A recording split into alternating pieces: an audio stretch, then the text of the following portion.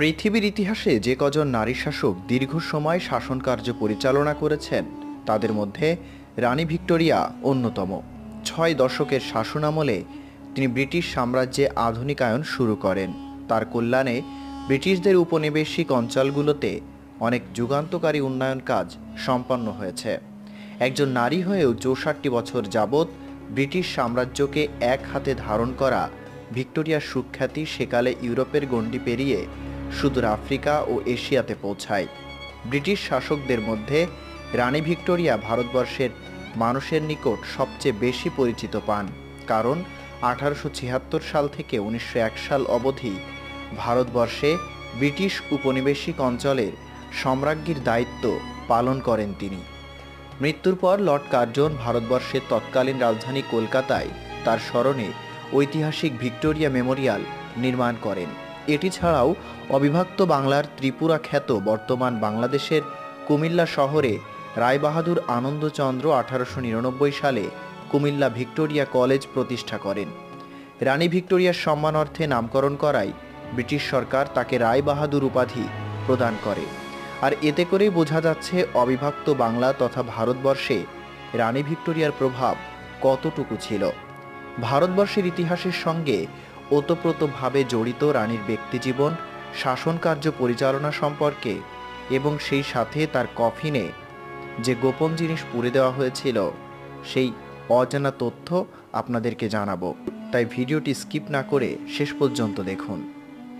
1899 সালের 24শে মে লন্ডনের কেনসিংটন প্যালেসে জন্মগ্রহণ করেন আলেকজান্দ্রিনা ভিক্টোরিয়া। তার বাবা এডওয়ার্ড রাজা তৃতীয় জর্জের চতুর্থ সন্তান। অন্যদিকে তার মা প্রিন্সেস ভিক্টোরিয়া ছিলেন এক জার্মান ডিউকের কন্যা। কিশোরী বয়সে একদিন আলেকজান্দ্রিনা ভিক্টোরিয়ার জীবনে ঘটে অনাকাঙ্ক্ষিত এক ঘটনা। 1837 সালের 20শে জুন সকাল 6টায় ঘুম থেকে জেগে বিছানা থেকে নামার আগেই তাকে জানানো হয় তার চাচা তৎকালীন রাজা চতুর্থ উইলিয়াম আগের রাতে মৃত্যুবরণ করেছেন। এর কিছুক্ষণ পর লর্ড কানিংহাম নিশ্চিত করেন নিয়ম অনুসারে ইংল্যান্ড এবং আয়ারল্যান্ডের নতুন রানী হিসেবে তাকে মনোনীত করা হয়েছে। কয়েক ঘন্টার মধ্যে আলেকজান্দ্রিনা ভিক্টোরিয়ার জীবনের মোড় ঘুরে যায়। মাত্র 18 বছর বয়সে রাজমুকুট পরানো হয় তাকে। রাজা তৃতীয় জর্জের চতুর্থ ছেলে এডওয়ার্ডের কন্যা হিসেবে সিংহাসনের পঞ্চম দাবিদার ছিলেন ভিক্টোরিয়া, কিন্তু অল্প বয়সে তার বাবা, ভাই এবং সর্বশেষ চাচা উইলিয়াম মারা যাওয়ায় সিংহাসনের গুরুদায়িত্ব নিজের কাঁধে নিতে বাধ্য হন তিনি। রাজমুকুট পেয়ে মোটেও খুশি হতে পারছিলেন না ভিক্টোরিয়া।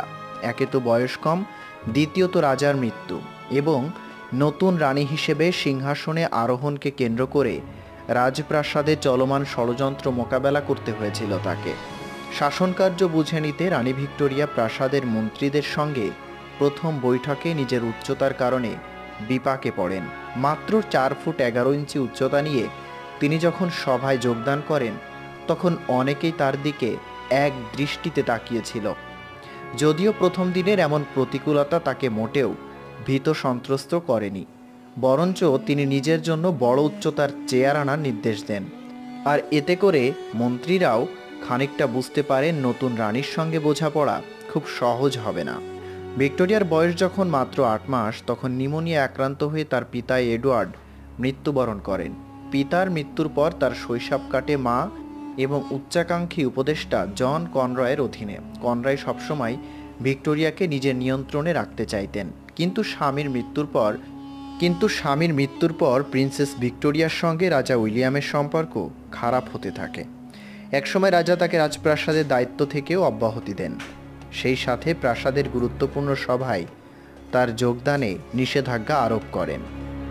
এতে করে শুধুমাত্র রাজপরিবারের সদস্য পরিচয়ে প্রাসাদে বসবাস করছিলেন ছোট্ট আলেকজান্দ্রিনা ভিক্টোরিয়া এবং তার মা প্রিন্সেস ভিক্টোরিয়া। রাজা উইলিয়ামের নির্দেশে মা মেয়ের জন্য শুধুমাত্র একটি কক্ষ বরাদ্দ করেছিল প্রাসাদ কর্তৃপক্ষ। ওই একটি কক্ষেই দিনযাপন শুরু হয় দুজনের।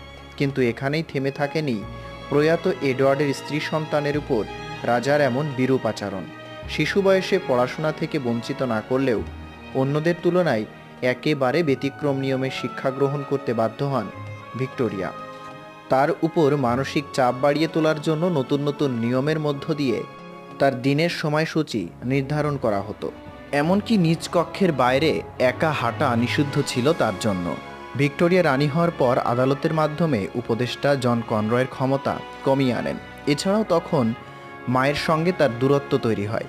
মূলত ছোটবেলায় নানা রকম বিধিনিষেধ আরোপ করে তাকে ঘরবন্দি করার কারণে প্রতিশোধ স্বরূপ তিনি এমনটা করেন বলে ধারণা ইতিহাসবিদদের। যদিও 2 বছর পর লজ্জিত হয়ে উপদেষ্টা জন কনরয় পদত্যাগ করে ইতালিতে পালিয়ে যান। পরবর্তী জীবনে ছোটবেলার স্মৃতিচারণ করে রানী ভিক্টোরিয়া বলেন, শিশু হিসেবে অখুশি জীবনযাপন? আসলে আমি তখনও বুঝতে পারিনি সুখী জীবনযাপন বলতে মানুষ কি বোঝায়।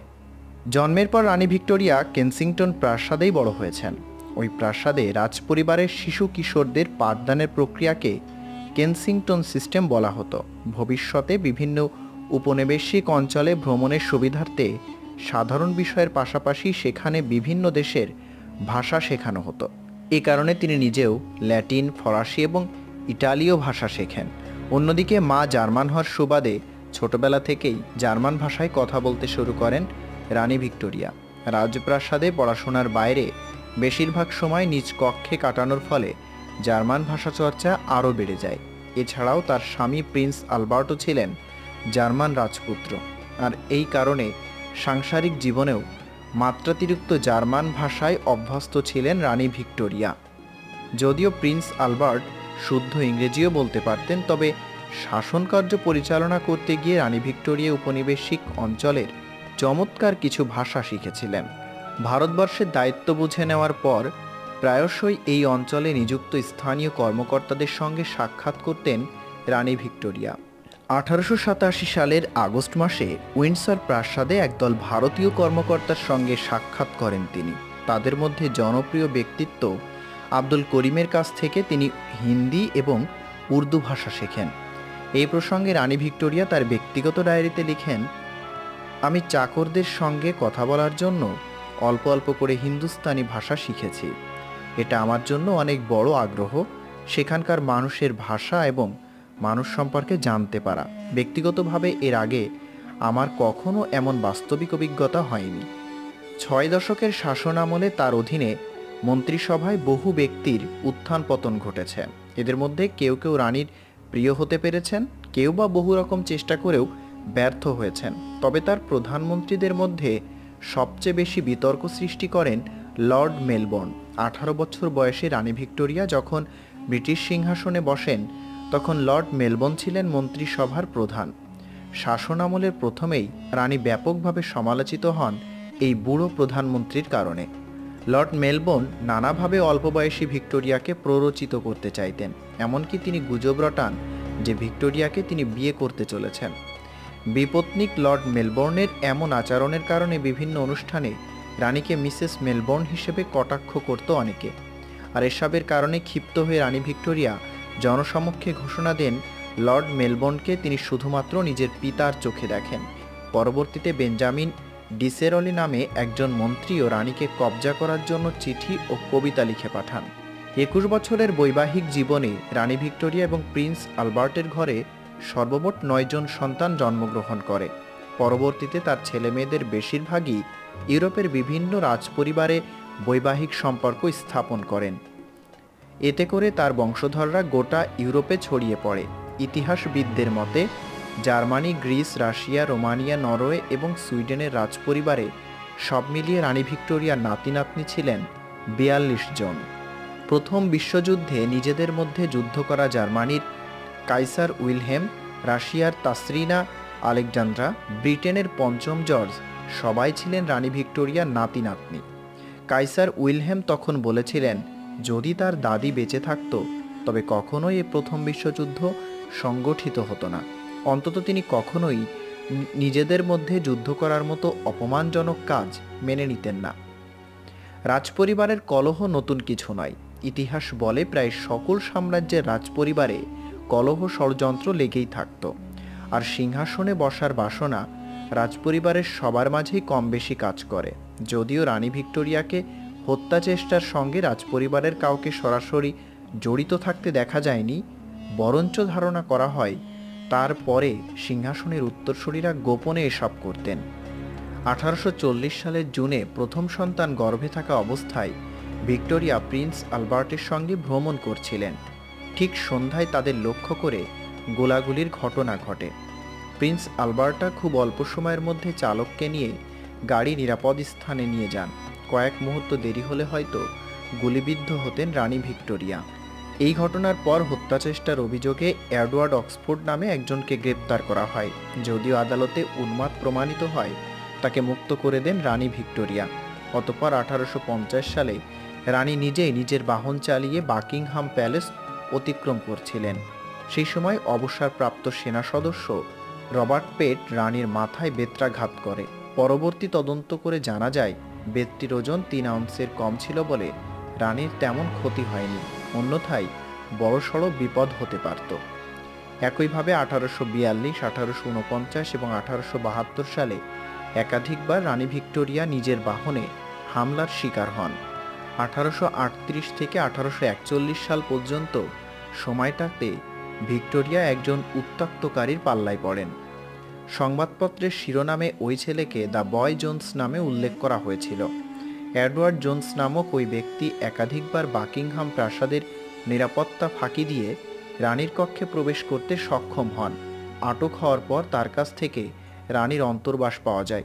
ধারণা করা হয় এডওয়ার্ড জোন্স রানী ভিক্টোরিয়াকে গোপনে অনুসরণ করত। টাইফয়েডে আক্রান্ত হয়ে 1861 সালের 14 ডিসেম্বর মৃত্যুবরণ করেন রানী ভিক্টোরিয়ার স্বামী প্রিন্স আলবার্ট। মৃত্যুকালে তার বয়স হয়েছিল 42 বছর। রাজনৈতিক এবং প্রশাসনিক কাজে নিজের সবচেয়ে আস্থাভাজন ব্যক্তিকে হারিয়ে রানী ভিক্টোরিয়া মানসিকভাবেও বিপন্ন হয়ে পড়েন। এছাড়াও তিনি প্রিন্স আলবার্টকে প্রচণ্ড ভালোবাসতেন। আলবার্টের শোক কাটিয়ে উঠতে 2 বছরেরও বেশি সময় তিনি রাজকার্যের বাইরে ছিলেন। পরিস্থিতি দিন দিন খারাপের দিকে যেতে থাকে। তিনি কোনোভাবেই শোক কাটিয়ে স্বাভাবিক হতে পারছিলেন না। এতে করে ব্রিটেনের জনগণের নিকট তার জনপ্রিয়তা কমতে থাকে। 1870-এর দশকে রানী ভিক্টোরিয়া ধীরে ধীরে তার স্বাভাবিক কাজকর্মে ফেরেন। 1 দশক সময় নিয়েও তিনি প্রিন্স আলবার্টের শোক পুরোপুরি কাটিয়ে উঠতে পারেননি। যদিও সে সময় তার একাধিক অন্তরঙ্গ সম্পর্কের গুঞ্জন শোনা গিয়েছিল। মূলত মানসিকভাবে বিচলিত হয়ে রানী এসব সম্পর্কে জড়িয়েছিলেন বলে ধারণা করেন রাজপ্রাসাদের ব্যক্তিবর্গ। প্রিন্স আলবার্টের পর রানীর কাছ থেকে সবচেয়ে বেশি সান্নিধ্য পেয়েছিলেন স্কটিশ চাকর জন ব্রাউন। তবে ভিক্টোরিয়া পরবর্তীতে আর কখনোই বিবাহ বন্ধনে আবদ্ধ হননি। তিনি প্রতিদিন প্রিন্স আলবার্টের ছবি জড়িয়ে ঘুমাতেন এবং কালো পোশাক পরিধান করতেন। কথিত আছে মৃত্যুর আগ পর্যন্ত 40 বছর যাবৎ রানী ভিক্টোরিয়া প্রতিদিন সকালে একটি করে নতুন পোশাক প্রিন্স আলবার্টের স্মরণার্থে রাখতেন। 1901 সালের 22শে জানুয়ারি 81 বছর বয়সে রানী ভিক্টোরিয়া মৃত্যুবরণ করেন। তাকে যাতে কবর না দেওয়া হয় সেই ব্যাপারে আগেই সতর্ক করেছিলেন তিনি, আর এই কারণেই তাকে কফিনে সমাধিস্থ করা হয়। সমাহিত করার প্রক্রিয়াটি ছিল দীর্ঘ। আর্দ্রতাহীন কফিনের মেঝেতে কয়লা ছড়িয়ে সেখানে তাকে বদ্ধ রাখার ব্যবস্থা করা হয়। তাকে সমাহিত করার পূর্বে তার চুল কেটে সাদা সিল্কের গাউন পরানো হয়েছিল। রাজপরিবারের ডিউকগণ এবং নতুন রাজা সপ্তম এডওয়ার্ড তার মরদেহ কফিনে রাখেন। অতঃপর তারা রানীর কক্ষ ত্যাগ করেন। রানীর চাকররা তার ইচ্ছা অনুযায়ী গোপন সকল জিনিস একে একে তার কফিনে রাখেন। তিনি এমন কিছু গোপন জিনিস সংরক্ষণ করেছিলেন যেগুলোর খবর স্বয়ং তার সন্তানরাও জানতেন না। ব্যক্তিগত চাকর জন ব্রাউনের মায়ের বিয়ের আংটি, ব্রাউনের একটি রুমাল, ছবি এবং ব্রাউনের খানিকটা চুল কফিনে জায়গা পেয়েছিল। সেই সাথে বিয়ের পর্দা দিয়ে রানীর মুখ ঢেকে দেওয়া হয়। সকল কার্যক্রম শেষে 4 ফেব্রুয়ারি রানীকে উইন্ডসর প্রাসাদের পাশে স্বামীর সমাধির পাশে সমাধিস্থ করা হয়।